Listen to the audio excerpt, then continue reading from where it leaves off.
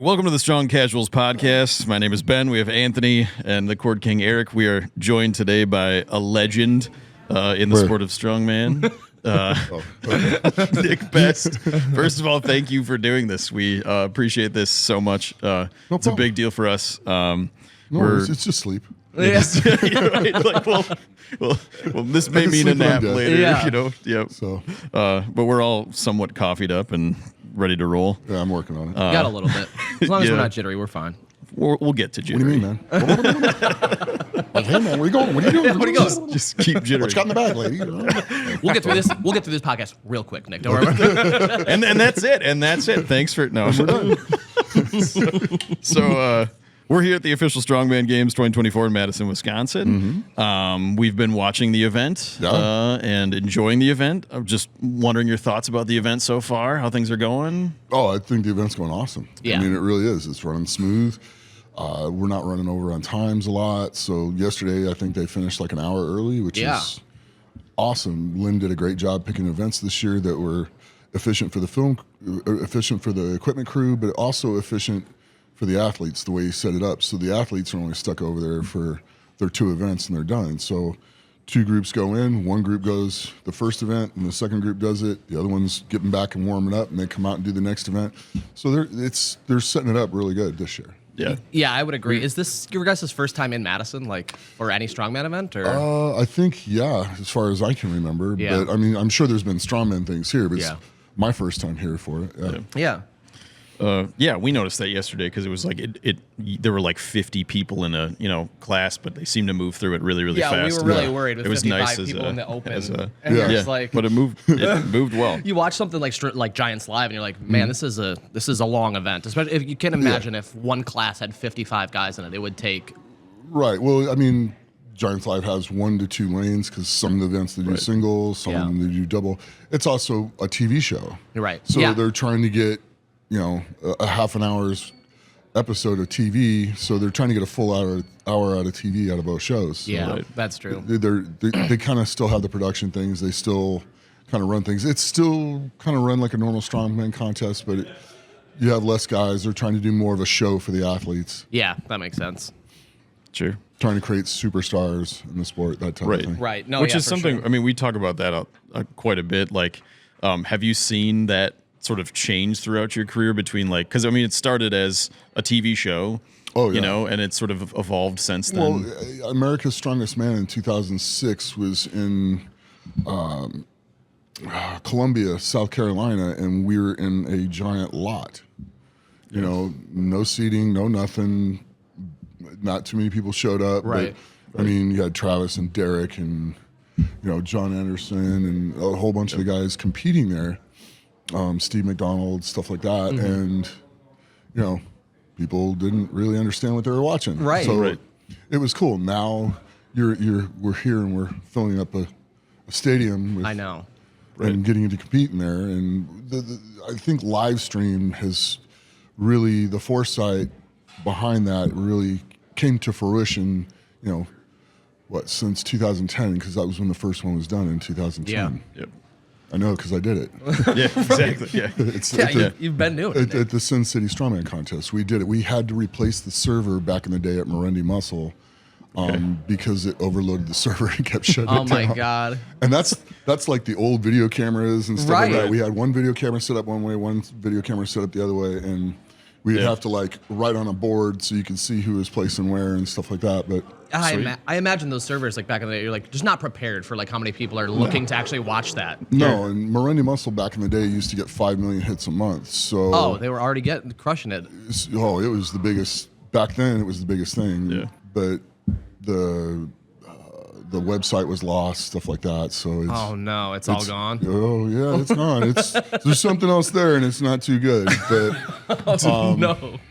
that part's extremely disappointing. But Yeah. so it's pretty neat how that is really come to fruition, and the prize money to these contests and stuff like that are really funneled through the pay-per-view. Yeah. So if you like the athletes and want to see this stuff, definitely buy the pay-per-view. It's worth it because Right. it goes into their prize money and function with the whole contest. Do you think that's kind of just the one thing that World's Strongest Man is missing. Like this whole putting it out like 3 to 6 months later is just. It's a TV show. I know. The money from it comes from a television production. Right. So until they're willing to let some of that go, which they're not, I know. there'd be no point to the way it's run now.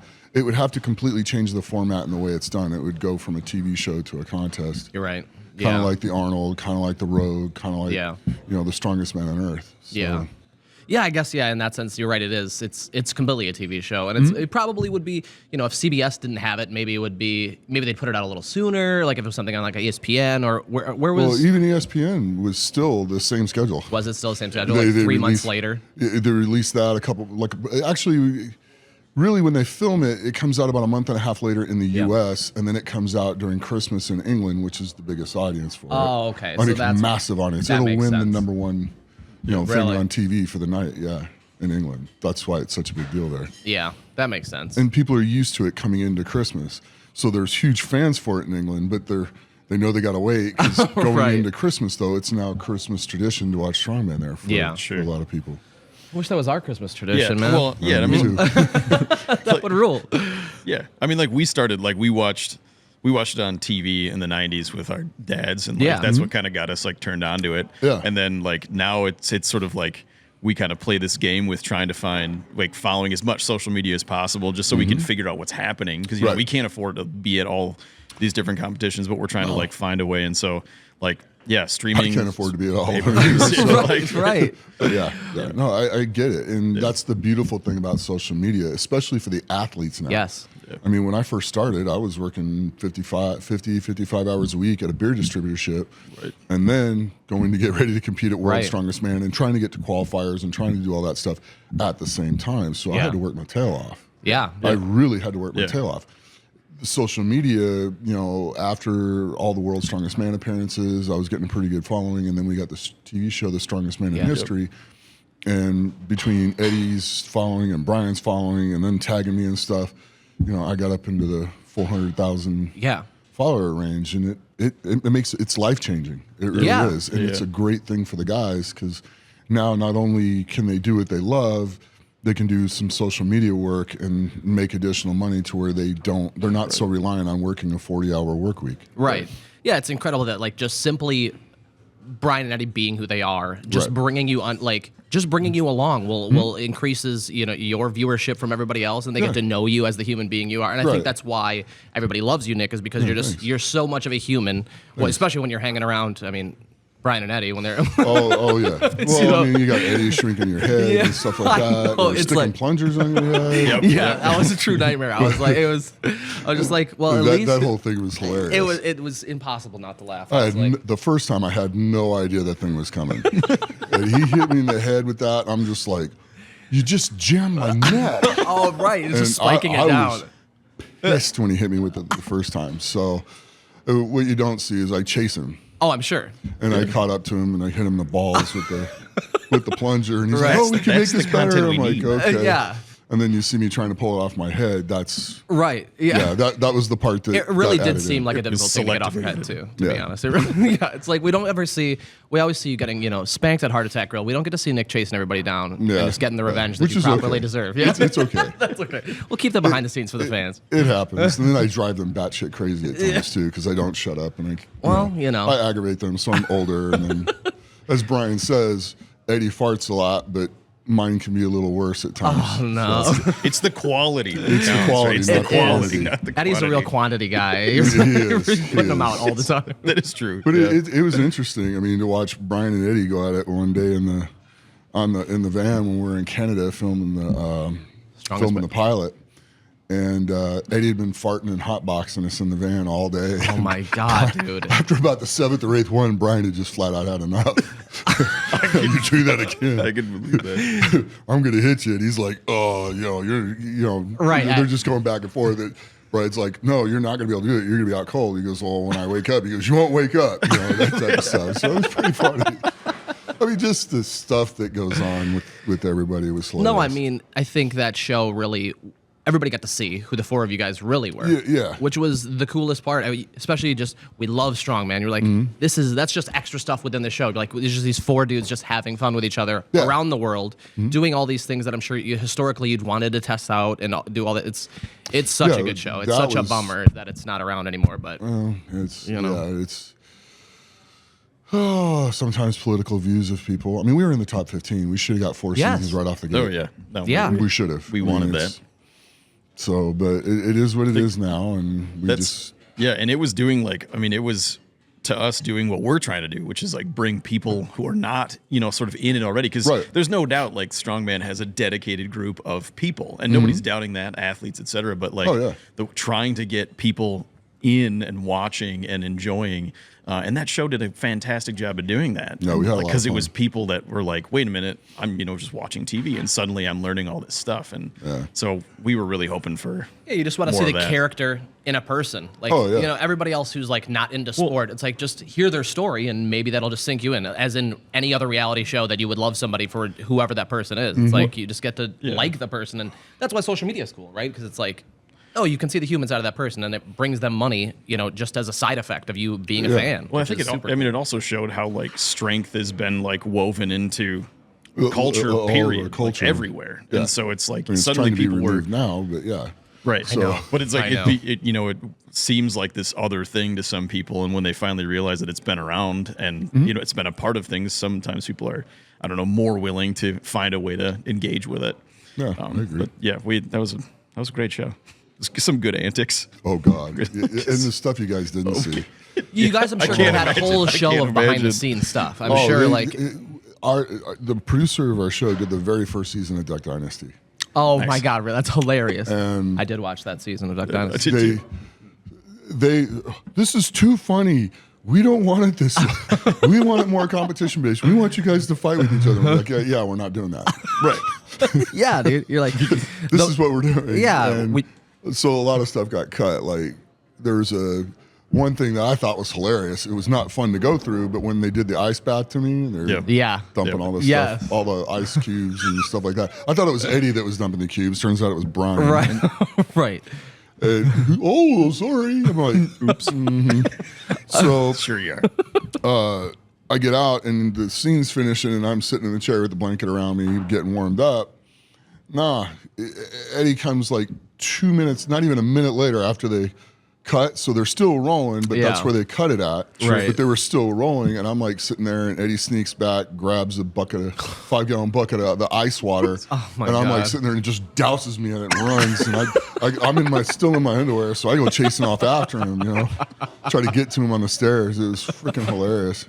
I just imagine Eddie running from everything he does to all of you guys. Just like every time he's just running away from the scene. He's running away laughing his ass off. Of course. He's not running away because he's scared. Right. He's running away because he thinks it's funny.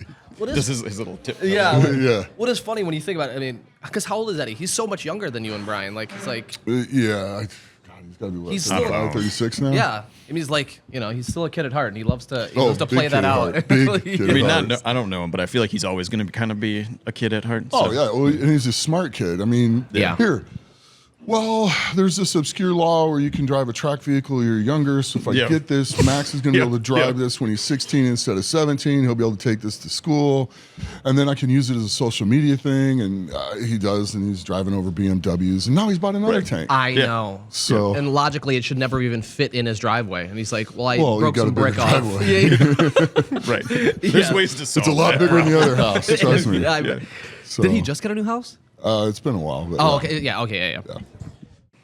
So, well, to circle back a little bit, you'd mentioned that you were training while working, and I know that that's like a reality for a lot of people. Oh, yeah. Is there, like, when you were doing that, was there like what got you through that? Like, what was your sort of key to doing it? Well, it's just something I wanted to do. It was my dream to go to World's Strongest Man. It was my dream to do it. I knew I was in my 40s, but I'm like, I'm lifting it. I don't care. So I'm just going to go have fun doing it and do the best I can at it. And I focused a lot on it and sacrificed a lot of things with the family and stuff like that. But it was awesome. You started Strongman in your 40s. So how long were you powerlifting before that? I started powerlifting in 1985. I did my first powerlifting meet in 1985. Won my first powerlifting meet in 1986 when I won the Nevada State Championships in high school. In the 198s, I weighed like 192 that day. Oh, wow. My senior year of high school. Yeah. You didn't go. You're just Things like, have changed. Yeah. Well, I didn't break 300 till I was like 36, 37. Okay. Oh, okay. So it was a slow build. But So what was the transition from powerlifting to strongman? Like, did you just decide that you wanted to do strongman, or? Well, actually, it's got more to do with my son. Oh. Sure. So I got divorced from his mother and started lifting again, stuff like that, really heavy, got back into it. And Mark Philippi put on a contest at UNLV in 2004, and I went and watched, and Grant Higa was there, and Phil Pfister was there, John Anderson was there. Yep. There was Gillingham, Carl Gillingham was there, stuff like that. Oh, wow. And I'm like looking at the guys, and I'm like, this is cool. Yeah. 'Cause, I competed with these guys in powerlifting and stuff like that. Sure. And I'm like watching them do all the events, and they look like a lot of fun. And then I see them get paid at the end of it.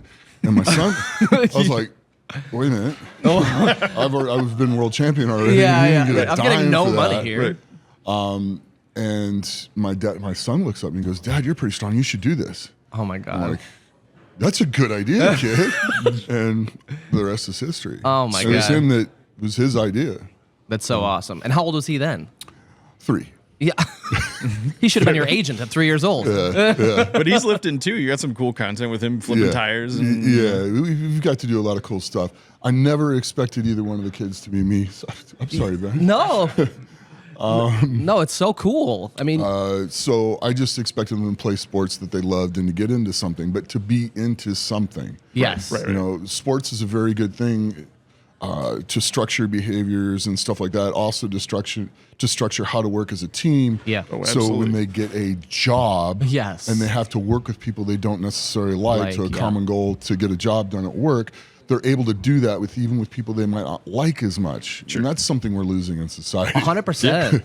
You don't like when you're not in sport, you don't realize when you go into the workforce, it's like, oh wow, this is very much like a school environment. Like these people are just the same thing, but they just got Just older. Yeah, they never changed. Same dramas. They never changed. Same things. It's And like, it's a I group thought being project. an adult was different. Yeah. It's like realizing that you're theoretically you could be surrounded by people you hate for the rest of your life, but to be able to accept the environment you're in and to And to work with them and produce Yes. that they Yeah. want to keep paying you to do your job. Yeah. Focus on a priority, or Right. what the priority is. Yeah. So I think it's very good for them. And Dylan was playing football. He played ice hockey. Then he found lacrosse, and is that what he loves? oh yeah, he was All-State twice. He got to go to that's so Under Armour awesome. All-American. He got Oh, a letter. that's awesome. He got a letter to regrade and redo his senior year from the IMG Academy, which was pretty cool. Oh, that's super cool. That's awesome.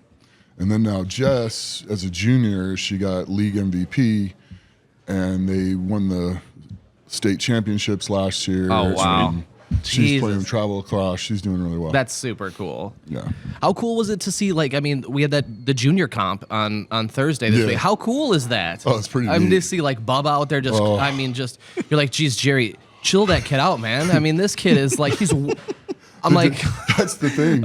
Jerry's trying to chill him out. That's the just thing. him. It's That's all, that's crazy. him. Yeah. That's all. You can tell. That's That's cool. all his love and desire for the sport. And Yeah. he has some goals that he wants to do, and he's doing the best he can for him. I mean, you're They're doing 14, you get second in the 16 to 17 year olds. Right. right, Exactly. But it's just so cool. Like 30 years ago, it's like to think that kids would just be doing strongman is like you would never think that. It's not at all.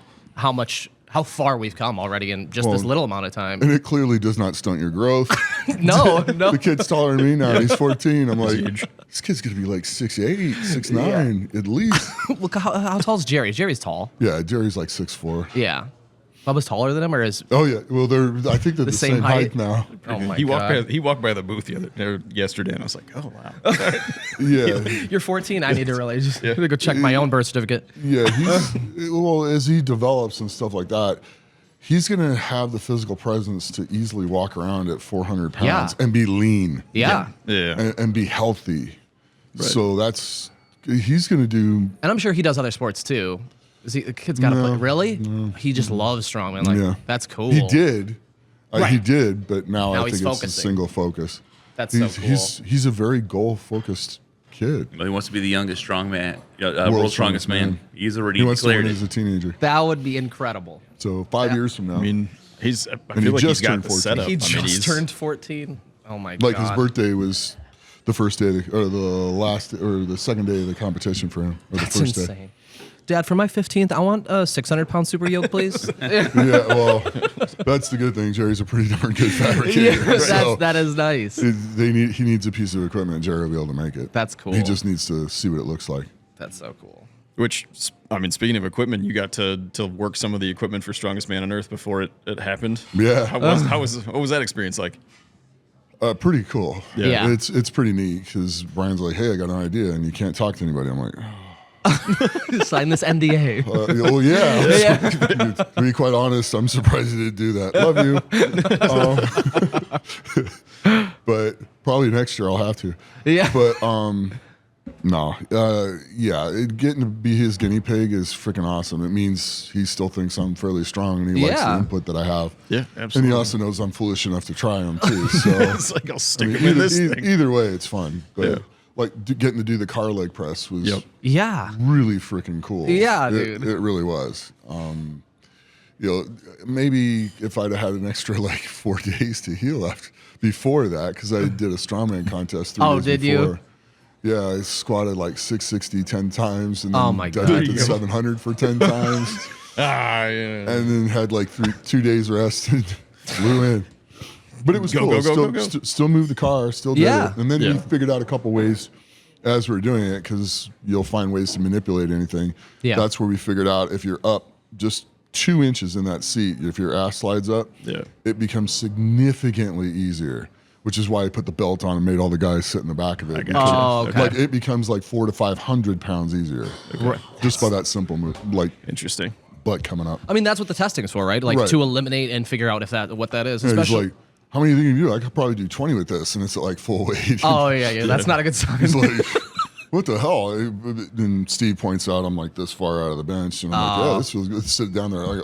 This got heavy really fast. There's all the weight. Yeah. So we're good. We're good. This is where you want it. So stuff like that. That's super cool because just seeing, how his comp has evolved into seeing all the things that he can put together in his brain. He's just the squat machine in general was what in the hell is that, Brian? This is the most incredible thing I've ever seen. Yeah, it's the world's biggest Smith machine. Yeah, it's freaking cool though. The weight's up above your head, but it's amazing. It really is. I think Sorry, Ben. I was gonna say I think it's cool that he's still, there's still a place where we can get that sort of new, unique strongman competition stuff, because I know he's getting a spectacle, and I think he's getting a little flack for some of the different things from different people, but at the same time I think he's pushing, and because this is what we like to watch, when people are holding swords. He's pushing the envelope. He's making things that are really cool and a spectacle to see, and over 90% of the time he hits it out of the ballpark. Yeah. Right. And there's a little adjustment. Next year they'll make adjustment if they use that apparatus. Yeah. And the issues that they had with it won't be there next year. Right. And then now take in mind, I tested it. I told all the athletes, you want your feet way far forwards, because you don't want when you're at the bottom, you want your butt underneath you, not sticking out. Everybody sits in the regular squat stance, their ass goes out. And when the force comes in, it comes in at an angle instead of straight up. It's got to go straight up, almost like a hack sled. Yeah. If you do that, you come straight up with it. And there's only a couple guys that did that. Right. Yeah. So. Well, and we talk about that all the time. It's the concept of spectacle. When we were children watching flashes of WSM in the 90s, the things they were doing may not have been practical necessarily. Carrying fridges. Carrying refrigerators, carrying children in a super yoke, playing tug of war, arm wrestling people. These necessarily aren't practical, but you're going to bring in the casual viewer who's flying through the channels and to stick around for a little bit. And maybe it works, maybe it doesn't. And you watch a guy bench pressing kegs, and the kegs are dropping down like Donkey Kong. That was incredible. That's pretty cool. That was super cool. And it's these are just little things that you need to push the envelope. Even if Brian's making these crazy apparatuses, but he's also bringing the weight to the competition too, which is really cool. And as people are getting better, you have somebody like Mitchell Hooper who it's okay, well, this guy is very obviously more freaky than other people. Why don't you keep pushing that weight? We need something to push the the level of everybody going. And I think Mitch and people like Tom and all these younger guys, maybe some of these, I imagine eventually some of these CrossFit athletes who are getting really big will move over because Mitch, who is just a different type of guy, right? He's like a speedier guy he's a speedier guy, but he's also technically and strong, and he's everything really. Yeah, his pain tolerance is far more than anyone I've ever seen. You can't go to as many competitions as Mitch does, and without visual injury, and do what he does. 8 out of 9 this year. What's his job? What does he do for a living? Rehab? He has a master's degree in kinesiology. Yeah. So he knows how to heal probably better than anyone. You're right. And he knows the mechanics of things and stuff like that. So you'll watch him. He'll sit there and figure stuff out. And you're just like, yeah. That's what you got to do, right? I mean, that's what Brian did. You got to ask the questions. You got to figure out the implements. And if you figure them out before the competition to do the way it's supposed to be done and get the job done, I mean, that's what we're here for. Yeah. You're here to get the money. You're here to win. And he'll walk up and ask people questions, too. Yeah. Like, hey, what do you think of this? And you're like, well, I would do it like this, and this is why. And he's like, And then he'll go do it. Yeah. So it's like, he's like, hey, high five, and he walks by, So it's, he's a smart dude. Yeah. He really is. And he's, lift heavy, be kind. Right. That's pretty cool motto. It's a super cool motto. Yeah, he's going to take it to other places. It's going to be hard to design something around him to try to keep him from winning. Right. Well, that's what we were just talking about that yesterday. We were talking about like event choice and comp choice and seeing like, how can we sort of adapt to the Hooper effect. Like, I mean, what can we do to level? I mean, I think Hathor coming back maybe could be a thing, but because Thor's going to be able to beat him at some of the stuff, Yeah. like flat out outright. So, because Thor is also just a freak. Yeah. So I remember that kid in his first World's Strongest Man in 2011. Yeah. And it was just like, and he's a child, and you're just like, this is wow. And he hooks into the truck pole, and the truck pole was uphill. Oh my God. Yeah, it was just the That's cab, always so it wasn't too bad. Okay. And Terry Hollins pulls it, and he's just like, and he's one of the best truck pullers I've ever seen. And he goes up there and pulls the thing all the way up the hill, and he's in the tent. He was able to push himself so hard. They brought him in the tent, and they had him on oxygen for a while. Oh my God. He's like, oh, he's got it. How old was he then? Probably early 20s. Yeah. Well, because he came out of basketball. I mean, he was playing basketball for quite some time. Yeah. To watch just Hathor show up to an event would be kind of stressful. I'd be like, who the hell is this guy, and why is he here trying to take my titles? What's going on? But it was pretty neat to watch him develop and stuff like that. And Martins, I mean, I've known Martins since he was 19. I know. So I know Martins can just do everything too. Well, yeah, he grew up with Ode Hagen. I mean, Yeah. I mean, that's true. He goes over to Ode's house and he's training in the garage. That is true. That is true. If there ever was an apprentice to have. Oh my God, I remember doing tug of war with him because Ode had you're going to be on either side of a tire. And you're doing a tug of war, and there's a rubber band in the middle of it, so it really made it awkward. I remember doing that with him against him, and his technique was pretty good. And you're just like, oh wow, this kid's got no stopping him. Yeah. And I actually learned how to pick up the IFSA shield from the ground with Martins. We were just sitting there playing with it and figured it out. Yeah. And I was like, wow, this is pretty cool. I mean, this is when he was like 19. He could pick up the IFSA shield. It was 402, and that thing was awful. Yeah. I mean, just awful. No, we followed Martins for as long as we could on social media, or we have since he started, and his show now is fantastic. I mean, it's a great watch. His Strength of Unknown show that he does. Yeah, and I think he's good. doing a lot of really good stuff to get the what out, and you can jump on the bar and do a bunch of pull-ups, which is hard to see. Yeah. I remember some of the first content I saw of him was being strong and then jumps up and pulls out 12 pulls. And it was like, oh, okay, this is a different. we're in a different world here. Yeah. They're not going to put pull-ups in a strongman comp, but if they did, Martins would probably take it. Actually, that'd be kind of interesting. Ooh, that would be an interesting thing. It'd be like, because I mean, it just depends on your way. I mean, Probably some heavier guys are just going to go. Nah. It'd be one of those things where the lighter guys might do better for a change. Right. Well, it is one of those things. It's like that would be a spectacle event that wouldn't necessarily hurt the guys, you know? Yeah, you just had to figure out what to attach to them to make it look cool as you're Right, doing the pull-up. right. How much weight and what it looks like. You could convince me to do a pull-up contest more than you could convince me to get into a sand circle with Mariusz Pujanowski. I'll tell you that. I'm not going to get into a sand circle. You tell me to go wrestle Pujanowski in the beach? No. I'll put some pull-ups, please, if that'd be okay. Post MMA career. Yeah. Yeah. Well, speaking of Pujanowski, because of your sort of legendary career, you've seen so much. Oh yeah. Seen everybody. I saw the weights go from here to here. Yeah. So that's like you've seen things change. Is there, other than weights or specifically weights, is there something you've seen sort of evolve over time that? Oh, all kinds of things. The competitors, the well-roundedness. I mean, now they're big humans, but they're big humans that are, for the most part, the guys that are up at the top are in shape. Yeah, 100%. They're not just some big dude anymore that, you can lift this and move a little bit. No, it's the guys can move. They're athletes. Yeah. I mean, Kordiaka could be in 105. Like, I mean, I've never seen him on a scale. He probably can't make 105, but he looks like he could be a 105, or you know what I'm saying? Like, he has got the body type where you're like, and then you see the guy just do stuff. You're just like, what is even going on? I don't even. Conan's understand. wheel just spinning around. The Conan's wheel is, I mean, yeah. it's a joke when that guy does it. It's like, yeah, and it's like I said, it's fun to watch. It's fun really to watch is. the new guys coming in, and just how statically and strong they are, as well as being fast. And Novikov's first world's strongest man. Yeah, you know, and he just tears it up that year. And it's just like, you're like, wow, and how explosive he is. Like with the overhead and stuff like that. You're just like, you know, catching that Flintstone lift behind his head was just amazing. Yeah, I mean, it's just you get to watch some really cool stuff. I know. Yeah, but that's the kind of stuff. It's like I miss those spectacle events like that. I need another Flintstone lift. Like I need stuff like that. Yeah.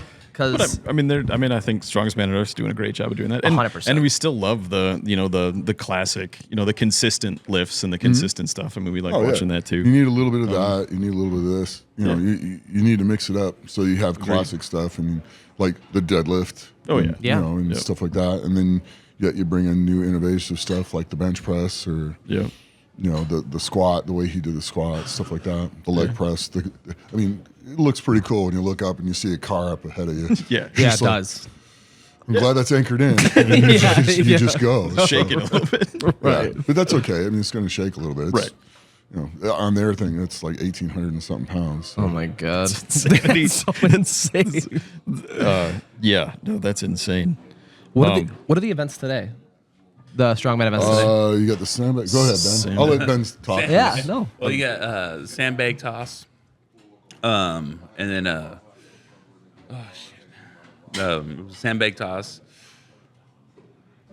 I'm still waking up. It's your time to shine, Ben. Come on, man. Yeah, my time to shine. The only time I get to talk. Well, we got sandbag toss, stones. What was the other one? Is there 3 events today? Yeah, it's 3 events for the. The wrecking ball. There it is. That's right. The Mark Felix. Yes. The special. Exactly. Yeah. So, and that's going to be pretty exciting between Peter and Mark because they're tied right now. Oh, are they really right now? That is going to be so They're cool. dead tied, and Mark's probably going to win the wrecking ball. Yeah.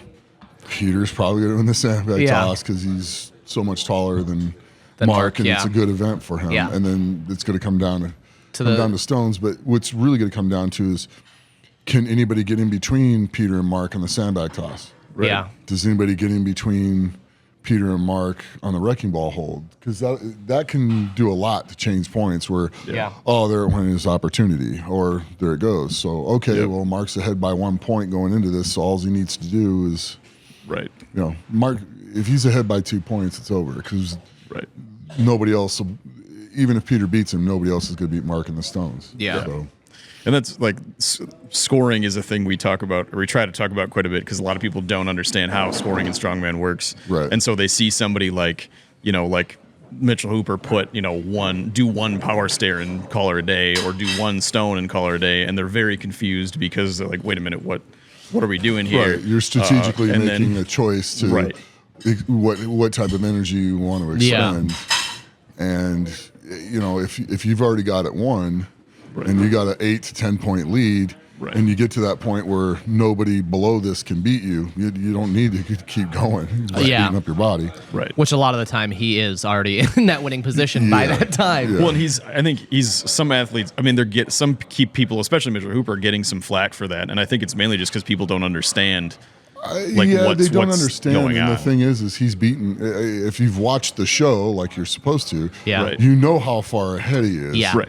You've got to understand the strategy to this, and the more he does stuff like that, and he's that far ahead and puts himself in that position, the less likelihood he has of pushing through things when he could get injured. So it's just smart business. And when Laws tells you not to do it, you don't do it. Yeah. It's the highest point total at the end that wins. Exactly. Right. And the guy's insanely consistent. I mean, he's without a doubt the most consistent athlete we've seen in years. In the last 3 to 5 years, It's just, I mean, his ability to show up to every event. Well, that's the thing. Like in the 90s, you'd have like one guy for one event. Like, this is his event. He crushes at this event. He's not very good at anything else. So let's hope like it holds out this. And it's like, no, this guy's Mitch is like 1 or 2 or 3 for every single event. And because he knows that being last in that next event is imperative. It's it's huge for his mental game throughout the whole competition, and he does it. I mean, beautifully every single time. It's like goes every out, does single what time need to be done, figures it out, and then moves on to the next event. Yeah.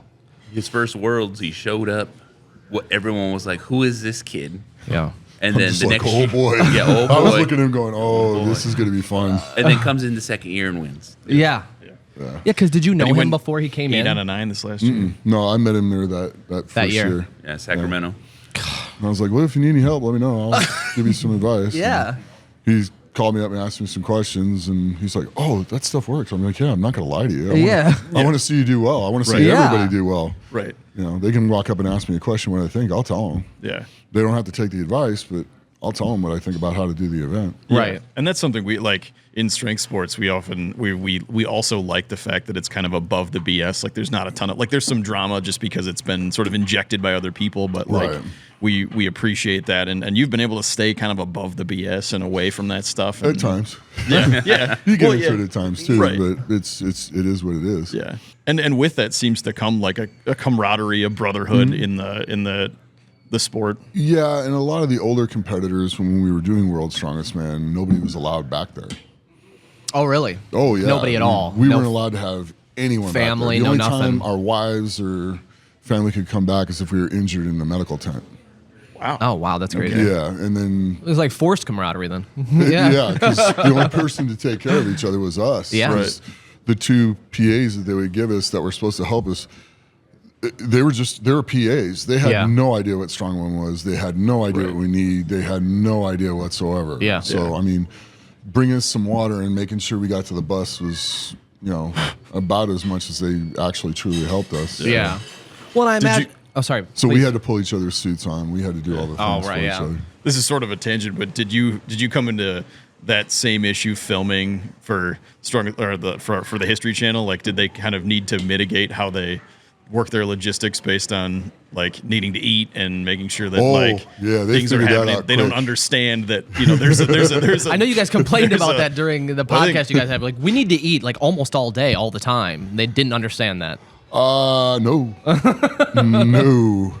And Brian would get really hangry, and then Eddie would also, hey, I need to eat.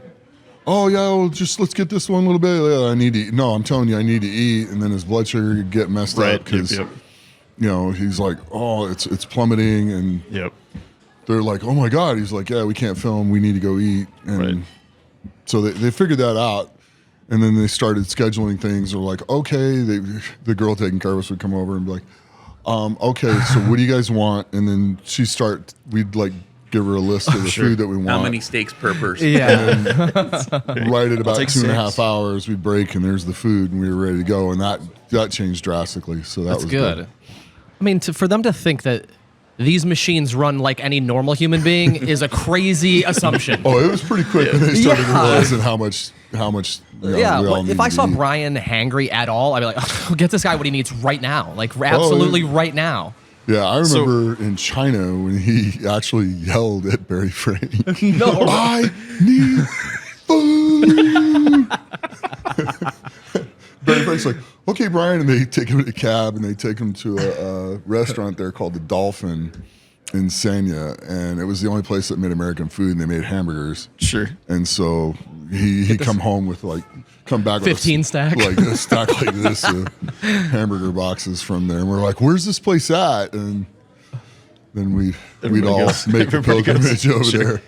Because the food there that year for us was horrible. Oh, yeah. Oh, I can't imagine. Yeah. There's no cleanliness standards in China as far as food handling. Oh, yeah. That's fun. They would cross-contaminate everything. The food wouldn't be all the way cooked through. Yeah. I'm sure you need like 75 sushi rolls if you're going to eat just sushi. You're like, Well, I don't know what we were eating sometimes there, but it's just, oh, no. Close your eyes and throw her down. Oh, no. But- I forget, yeah, you're in China. You're not even in Japan. yeah. So it's sushi adjacent. I don't know. I remember they caught a snake at the pool. At the and pool. somebody killed it, and then they didn't take it towards the garbage. Oh, my God, dude. So how was that when you ate it? No, I'm just kidding. Yeah, Brian, how many snakes do you need today? Jesus. 10,000 calorie diet. Well, Nothing but snakes. It was just stuff like they had Evian water there, and we'd order an Evian water, and you'd get it, and the lid would be cracked, and you'd take a drink of it, and they're like, "This is an Evian." What So the let's hell? bring me a bottle dangerous game. with the lid on tight. And Yeah. then you get their version of Aquafina, that type of thing. Oh, God. You're like, okay, keep bringing me these. Yeah, whatever this is fine, I think. That's Yeah. That's hilarious. Was was Brian who gets the worst hangry between like Obi, Eddie, and Brian? Yeah, Brian. Brian. Okay. Yeah, that makes sense. That's fair. That was Brian. But Eddie was also down to like 380 at the time. Sure. So Yeah. he wasn't 440. He was lean. Right. He was a lean 380. It wasn't 2017, Eddie. God, yeah. But yeah, definitely Brian. Because Brian was still competing, Sure. still Oh, that's getting right. after it hard, stuff like that. Right. Eddie had already retired. Right. So it was a little different from him. Fair enough. How long did that take to film? Like through that whole season? You guys went all over the world. Yeah, we went all over the place. We actually got it filmed, and we started January 3rd, and our wrap date was May Oh my God. 29th. That's great. Yeah. That's incredible. How was travel for? It was interesting. The won- good part is it was in the contract because Brian and Eddie have good lawyers. That I kid you not, without those two, You got to have those their guys on help- retainer. I mean, it's like Yeah, they had to fly us, business class Yeah. if we flew international, and Right. first class in the United States. So that made Okay. flying for Thank us a lot God. easier. I always wondered. I was like, if they put you guys Until in we coach, went to Cody. really? There's no first class on Oh, the that's small little tiny plane to Cody. So that was pretty funny. There's a picture of us, and the four of us are lined up in the seats. No. And we're like, it looks like a bobsled team. So that was pretty funny. But yeah, so that was probably the only flight area that we flew out of. We all met in Colorado and flew out of Colorado. Okay. And that was probably the only time where the flying was really kind of difficult. 'Cause Yeah. Fair enough. the plane was so small. Yeah. I mean, conceptually, there's no chance Brian could get in an airplane bathroom. Like, I just don't see that happening. Not much. Yeah. I mean, he's wedged in there pretty good. It's pretty funny. You just see him, he's doing the dance, waiting to get off the plane. It's one of those things we have to keep the door open and like pull the curtain. Just put up a sign. You'll be Yeah, fine. dude. Oh yeah. I was like, Ben, you're not a small guy. No, either. I'm not a small guy. I can't but imagine it's tough to get in there as No, well. I'm shoulder to shoulder in the back. Like I'm just thin enough to be able to wedge myself in there and prop myself up with my shoulders. Oh, there you go. There's no fear of falling at the very least. That's yeah, true. yeah, exactly. No, you could have the worst turbulence and you just lean forwards and your head's right Your on the head just top. hits You Well, can hold that's yourself the in thing is I'm place. already hitting the both sides and the roof. Right. Yeah. Yeah. That's support actually. Yeah. I Yeah. appreciate that. I think so. Do you have a most memorable moment? We can cut this pretty short, but like, do you have a memorable moment in your strongman career? I mean, there's been a lot. Oh, jeez, there's been tons. Yeah, you've seen Yeah. everybody come and go. You've seen it. I Yeah, mean, you've seen it all. yeah. Well, I remember doing IFSA Worlds in 2006, and it was my first international show, and I think that was like my fourth pro show. Where was that at? IFSA Worlds, it was in Iceland. Okay. So we're at the Alcon Aluminum Factory. It's 20 degrees outside, which means it's 20 degrees inside. Inside. And we're in Iceland, and we had the IFSA cylinders for the farmer's walk implements. So the handles are here, and basically it was like having the handle on the top of a log. Sure. Oh, wow. So, and they were 6 feet long, and there was no way from it. And they had these really awkward feet. So if you didn't hold it right, the feet would hit, and it was pretty rough. And I was racing Benedict Magnuson of all people in the very first event, and I remember we took off, and we go down. It's 25 meters. You got to make a turn. 25 meters back down. You got to make another turn. And I make the turn, and I hear Benny drop, and I just kept right on cruising. Oh, yeah. I drop right before the finish line, grab him, and then throw it across the finish line. And everybody starts going nuts, and I'm like, okay, cool. And I turn, I start cheering on Benny, and Benny finishes and stuff like that. And they're like, oh, you broke the world record. I'm like, I did what? What? Cool. So, Yes, I did. yeah. Well, because like Jarno Hams was teasing me at the dinner before, and they're like, hey, the yoke's like 900 pounds. You gonna be able to lift that? And I'm like, yeah, I'll be okay. And he's just like, well, because you were the one that was just lucky to be here. And I'm just like, Oh, wow. I'm like, okay, Okay. cool. That'll Jeez. start a And fire, though. Yeah, because I ended up making the finals and got 9th that year. So Yeah, I really show. Yeah. yeah. But and Jarno didn't make the finals. We had the yoke in the finals, and I think I got 3rd or 4th in the yoke. And I come back, I go, was that good? Was that okay? Did I do it? Did I do it? Oh, you didn't get to do it, so you really don't even know, actually. Yeah. So, Sorry, I better look next time. so you had the world record in the farmer's walk that year, then? Yeah. That's so cool. Yeah, that's, I mean, something. Did you practice farmer's walk a lot, or was it just like something you were Yeah. ready to do? No, I practiced it a lot, but I was working out at a 24-hour fitness at the time. Oh my God. And they had, you know how they have those like hex dumbbells and stuff like that? Yeah. I went and I had went and took straps, and because they have flat sides on them, stacked the 145s on top, or stacked the 145s on the bottom and the 150s on the top. Okay. And tied them together, so they're like 295 pounds, and I would try to walk with those down and back while your legs hit the dumbbells Yeah. all over the place. They're super hard to hold on to. Yep. And I would go down and back like a couple times through the walk area, and I was like, it just ended up working perfectly for Yeah. the training It's to the do perfect that. prep. So yeah, That's so cool. I mean, that's I like got the very lucky. right. That's kind of like the fun of Strongman, right? Like at the very start, you get to create your own practice implements and stuff like that. Did you do any of that, like when you started? Oh yeah. Yeah. Like Jaime, the guy who out in Overton who lived right next to my parents. At that time, I was like, he's like, do you need any equipment? I go, yeah, I need a yoke. And he sat there, and out of all this farm equipment, I had like a 4-inch bar, and he welded, uprights to it and made things. Hell it was yeah. all at an old horse corral and stuff like that. That's so sweet. That's so dope. That's And how, that's how I got my first yoke to do. So I That's came sweet. back and I was like, I need a yoke. I need this, because I'd never done the yoke, and Yeah. I do that with it. So I was like, yeah, if I practice this, I might get good at it. So, right. Yeah. I know that's how far we've come. Mm-hmm. Brian Shaw has farmers walk things with his face on them. Yeah. Literally, his face is on it. But Brian's got his face on a lot of this stuff. You're so right. But that's okay. It took him 3 seconds to put out arm wrestling shirts. I was like, geez, Brian, you're such an incredible mogul. He's just like, this guy doesn't stop. No, and he'll find the new thing that he wants to do. Yes. And he does it, and he focuses on it. Well, he was like, he's probably Driven human being. driven human being, and he's a perfectionist. He so- is. well, wasn't he? He was sewing his own arm sleeves back Yes. when he was starting his like. Yeah, when he was making his own arm sleeves. I mean, Yeah. he's a dedicated dude. Brian's the man. And pretty soon he will be arm wrestling Eddie Hall. What do you think about this, Nick Best? These are both of your friends. Right. But I mean, they both seem to be taking it very seriously, which Oh, is they- all that you want. Eddie better take it seriously. Dude, his arm's going to be We're- snapped we're- off if he doesn't take it seriously. Because this is a real, Brian's arguably training with the best in the world, and then Eddie's training with Neil Pickup, who's no slouch. Neil knows exactly what he's doing, but I mean, Right. he's not Devin Larrett necessarily. So it's like No. Brian has Devin's- the best coach in the yeah. world, and Brian is Brian. And you're Yeah. just like, this is an absolute nightmare for Eddie. Brian is taking some of their exercises that they do to train them and adjusting them I know. and Right. improving them. Yes. Right. So it's gonna be pretty. Yeah. We spend about half of our time on strongman, half our time on arms wrestling. So we're You're seeing right. this interesting like sort of I don't know, combination of the two. And I know Eddie's taking it seriously though, and Eddie will go after it as hard as he can. But I don't.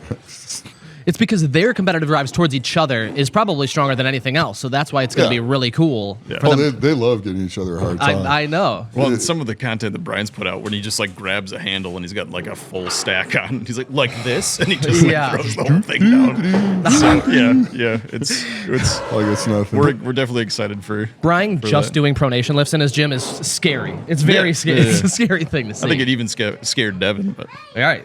Yeah. So it's. I think Brian will win. Yeah. But Eddie, I don't count Eddie out of anything ever that he does. Yeah. But Brian's just Brian's Brian. Right. His drive when he's doing something is just it's really freaky. Eddie's too. I mean, both of them. I mean, 100%. Literally, when Eddie pulled that 1,100 pounds, he was willing to die. 100%. You could see it in his face. Yeah. We watched that weekly. I mean, that clip it's disturbing to watch and insanely impressive at the exact same time. It's like you see somebody who's out of their absolute mind to do this, and he does it, and I mean that's what it takes. He was the first one. Yeah, he won't be the last one. But he was the first one. Yeah, and he set the bar pretty high because only one other guy's done it. So. Right. Yeah, I know. That's it. A lot of guys trying. Yeah. Even just seeing Thor simply do that 1,000-pound at Rogue, you're like, Jesus, Thor. Like, he just went up and just did it, and you're just like, oh my God. Yeah. And I've had a lot of fun training with Thor a few times too. How was that? I mean, have you gone to Iceland to train with him? I haven't been to Iceland, but he came to Vegas a couple times. So that's fun. That was fun. He was doing deadlifts, and I think he did like 765 because he was a light day for him, and he pulled like 8 reps. What a joke. I was like, okay, I was just getting back from some type of injury, and I pulled it up a couple times, and I was like, all right, cool. And then he's just like, he's repping it. Olympia weekend, we had Thor, Mitchell Hooper, and Brian Shaw, and Ed Cohen in the garage. Which that guy's been my idol longer than you could ever imagine. We almost crapped our pants when Ed was here. We literally almost crapped our pants. Well, and I'm surprised Ed will do this if you guys ask him. No, I mean, even just at the event, we would have loved to have him, but he's totally fine. I mean, he's a legend. All you got to do is go ask him. Yeah. Just go ask him. Yeah. He is if it would have been this early. No, I know, and that's what we figured. No, for sure. But he is literally the most down-to-earth. Yeah. What you get with him is what you see. I mean, he's so funny. Very focused on, but just we saw him on. I think he was on David Tate's podcast, like a couple months ago, and that was. I mean, he's fascinating, awe-inspiring in so many different ways. Yeah. Like career and. I was there when they misloaded his bar to like 1,047, and he just about got it. Jesus. It's like, man, this feels heavy. I mean, he just lost his balance at the top. And they took it from him. Yeah. And then he would have dunked 947. It's just or not 947, 1,047. Yeah. So. Well, that Olympia garage session sounds like an absolute it was cool. fly on the wall dream to be like in there. I was that fly. Yeah, dude. It was neat because Eddie's in there. Eddie's in there, and Thor and Hooper in there deadlifting, and he's in there. That's just helping them with their techniques and stuff. Yeah. Oh my God, I can't even imagine. Yeah. Was that this year or the last year? That was this year. That was this past Olympia. Yeah. Oh my goodness.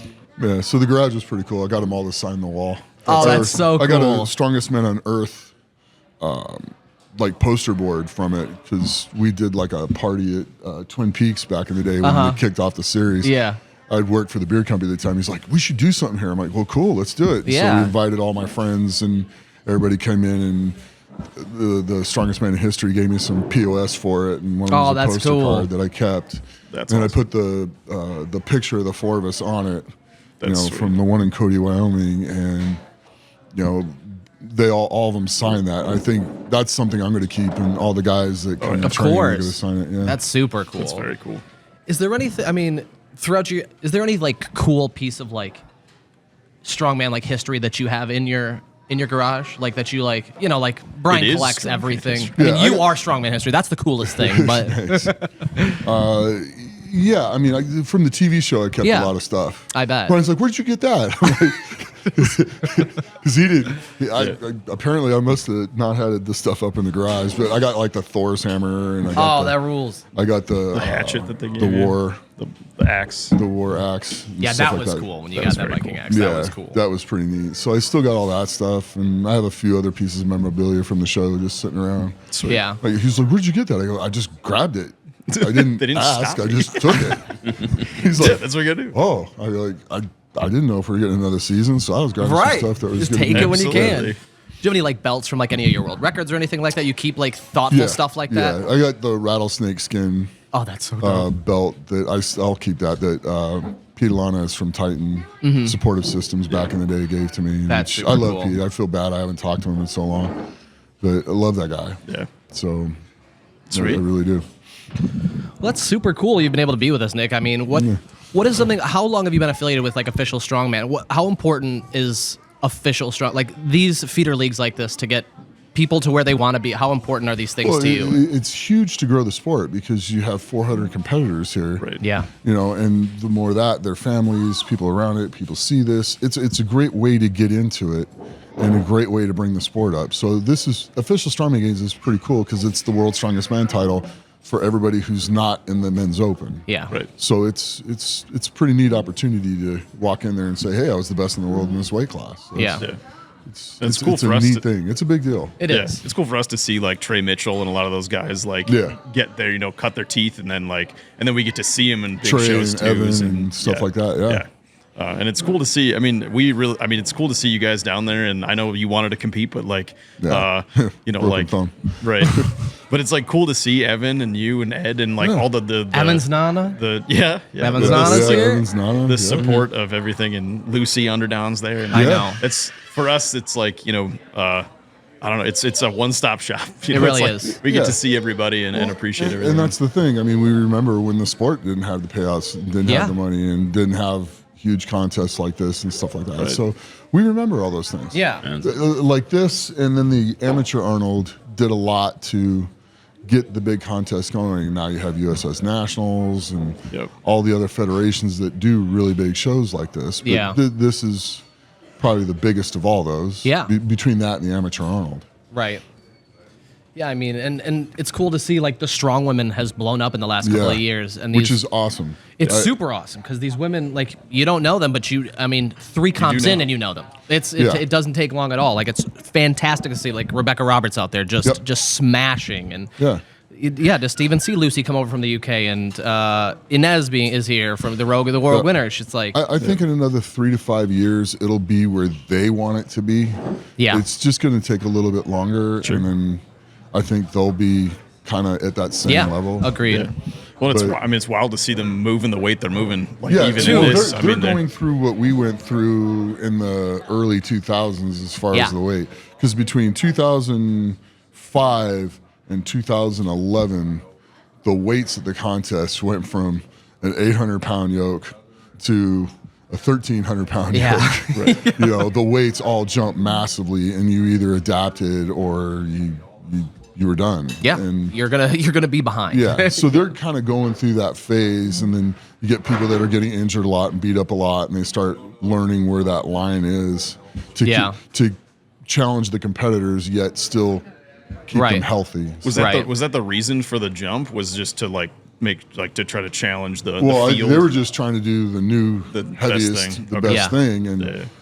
it doesn't take long when you have 8, 9, 10 guys get hurt in a year, and you're Yeah. trying to find athletes to compete, and everybody's broken. Right. To start going, Wait a minute.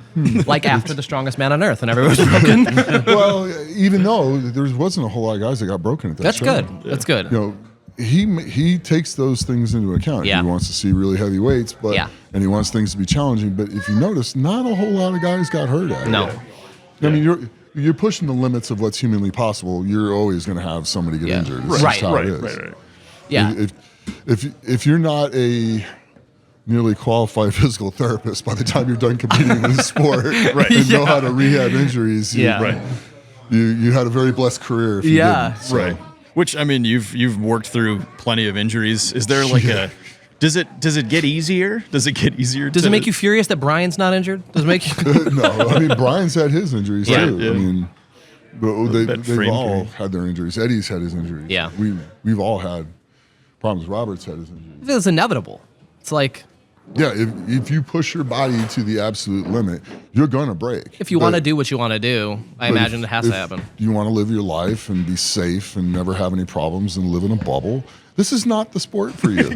Yeah, you could say that again. Yeah. Do something else. You know, you got to take the bubble wrap off, and you have to go fall down a couple times Right. and really figure Absolutely. it out. But the character you develop, you find out who you are. When you get Yeah. hurt and you come back from that and you get out there, you find out who you are. Oh, I Yeah, bet. you do. Yeah. So, and it's a good thing because you test your will, you test your ability to commit, you test, you know, your ability to plan things. And okay, at this stage I need to be here. At this stage I need to be here. In the slow, methodical process of rebuilding and put it back together. Yeah. Right. My doctor doesn't know what to think of me because, you know, this has been 12 weeks since I broke my thumb, and it was broke really bad. Oh, no. Yeah. So he's just like, are you Wolverine or something? Woody. He goes, I've never seen bones that dense either, by the way. I'm like, oh, cool, thanks. You're welcome. Thumbs up. Yeah. Thumbs up. But no, it's healed pretty It's healed fast. good. That's and good. Really good. I mean, I can almost hit the pad down here because I wake up, I do a bunch of, you know, rehab work with it. PT. and Yeah. PT with it. And, Did you break it in practice or something? How'd you break it? no, I broke it. I broke it with A tragic event. yeah. Okay. It was an explosion. Let's just say that. Okay. So, Well, at least it's not mangled in that explosion. It's Yeah, still yeah, here yeah. with us, so that's all that matters. well, the firearm was so well put together that I didn't get a lot of shrapnel in it. It was Thank a God. good thing it was quality. Was that at work? Huh? Did it happen at work? Yeah. You're trained. You're a trained professional, Nick, so it's fine. I'm sure it went well. Yeah, no, it did. It went. The way the firearm was built, I mean, it was just it almost nothing broke on it. So, Really? Yeah. So I didn't get a lot of shrapnel. It didn't shred my hand. It was just Totally a freak accident. yeah, Yeah. completely. We're also pretty jealous of your other job too. Yeah. I It know. seems like I know. I'm like, does Nick just do we're pretty- all the fun things? we're Like, I don't pretty- understand what's happening. We're Well, pretty I jealous. mean, of and that, that's too. a blessing to everybody that follows me and Yeah. everything else because of you, I have a separate income. And I can go do things I like to do. Yeah. And I shot at the range for quite some time as an influencer. Chris had me come in and do that stuff. And I was kind of like tired of sitting around the house. I'm like, I need to get out and be around people more. Yeah. Sure. And especially after COVID and all that other stuff, I'm just like, I need to get out and do something. Yeah. And Right. I went and asked her if I could intern. And she's like, That's- no, it's too dangerous. I'm That's like, "Oh." hilarious. She's like, I'll just hire you and you work when you want. I'm like, Deal. Okay, done. And I'm there like full time. That's So if awesome. you want to shoot guns in Vegas and you want to learn how to Yeah. shoot a machine gun, Yeah. come on in. Yes, we do. Nick. We're there. Yes, We're there. I do mean, want to that's- shoot with we- Nick. I do. We want to do all of You those can come in and things, shoot with me. Dude, hell yes. So it'll be fun. No, yeah, we'd love to make it out to like Oh, a Vegas 100%. event. 100%. A Vegas competition would be sweet. Oh yeah, we'll have a shooting competition. Yeah, exactly. I mean, you'll win, Nick, hey. but we'll be there. We'll be there. We'll try. Yeah, Yeah. that's all you can ask we're for. from. I We was grew up shooting. before I started working there. I was good enough at shooting to be dangerous. Right. Now I'm good enough at shooting to be safe and lethal. Yeah, that's how it, There you that go. is good. Yeah. That is very good. We're good at like 100 yards and a deer, but Yeah. other than that, In the Midwest, we do hit a lot of deer, but that's about it. Yeah. with the front of our cars. Mostly with our cars, actually. Do you have a range for vehicles that we could just drive We things actually into? thought, look, we're from the Midwest. We were thinking that the end of the car carry should just be a deer. And then the way that it just Yeah. smacks it There's down, no that's line the to cross, end, just and then knock it the deer smacks over. deer down. Yeah, That'd then be you a get- Wisconsin Yeah, touch but if to you the- if you hit the deer, you're gonna dent the car. That's and then true. you could have And then you get a 5-second time penalty. Yeah, don't hit That the is car. true. Don't hit That the was the car. weirdest rule. And then you see people like baby love slap that. it. You're like, oh, Or stopping right before. Yeah, yeah. Well, I mean, he told everybody in the rules meeting, did. don't do this. And He Gregor's did. like, Right, he's denting the car. It's that like, is that. Dude, don't hit the car. right. But I can imagine when you're in that, like, Oh, you know, yeah, in you're that excited. zone, Dude, I want to like, punch a mean, hole it's through so- this Volkswagen right now. Right. Yeah. And maybe you will. 2 years ago when I ran that thing, I was pretty excited when I got done. but Hell I yeah. I knew better, so. It was like, put the car down and like, don't hit the car, don't do this. Okay, you know. But it's fine. Yeah. No, it's No, absolutely. But I couldn't do like my social media stuff without this guy because he does like probably 3-4 4/5 of the work now. So I like to call myself the strongest cameraman. There you go. You certainly look like the strongest cameraman. This is our liaison, Eric, and he does an incredible job. We would have zero anything without this young man right here. yeah. But Nick, it's been an incredible honor for you to talk to us this week, and it's no been problem. My pleasure. Appreciate it. we'll get to Vegas. Yeah, we will get to Vegas. We don't get a lot of strongman events in the Midwest, so I'm really glad they brought the Strongman Games. This is kind of like our Christmas. Yeah, Like, exactly. This is our first competition we've ever been to in general, so it's like we were just going to be here, to give out stickers, show some exposure for the podcast. Like we would never think we were going to. Yeah, please. In the new garage. Yeah. So We're like we would have never thought we got an interview with Nick Best. So this is beyond. Hey, look, if I got time, I love doing these things, so it's fun. No, you're the man. Is there anything you want to say in closing? No, is there anything that you'd like to? Yeah, thanks, guys. I mean, Barbell Apparel, I love to thank them. They actually sell my shirts. So it's like the best strong shirts that are there. So that's really cool. I'd like to thank Brian and Evolution Athletics. Yeah. Because of those things, all the sponsorships. And he makes the best equipment as far as I'm concerned for competing in the sport. To me, it's not even close. Absolutely. And then Get New Age for the mouthpieces and stuff like that. So I don't, one, it lines you, and two, I don't like cracking teeth. No. Which has happened. I've had a root canal from it. Oh, really? Yeah. I imagine. Because you bear down sometimes. So I don't have those problems. And sweet. Iced Up Industries, use code Nick for $50 off. The ice tubs, which cold plunges, very important. Those things they are. Yeah. Well, I have one kidney, right? So I can't take ibuprofen. I can't take aspirin. I can't take much of anything anymore. Right. So for me to get inflammation out, I take ice baths. Which, and if you think about it, who takes ice baths? Brian Shaw. Yeah. 4 times world's strongest man. Sadrunas Savickas. Right. Oh, Big Z.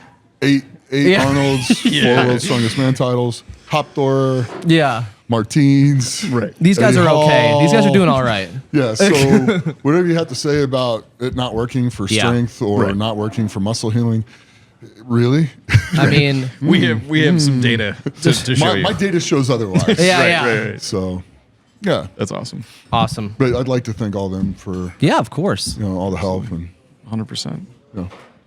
You can find me on Instagram, YouTube, Nick Best Strongman, Facebook. It's everything on social media. You can find me. It's Nick Best Strongman. Awesome. If you can find Ben at TikTok. Angry Dad Podcast that as well. is correct. Angry Dad Podcast. Awesome. Sweet. Thank you Sorry so I much. talk so much. It's your Thank you so job. much, Nick and Ben. Cool. Thanks, guys.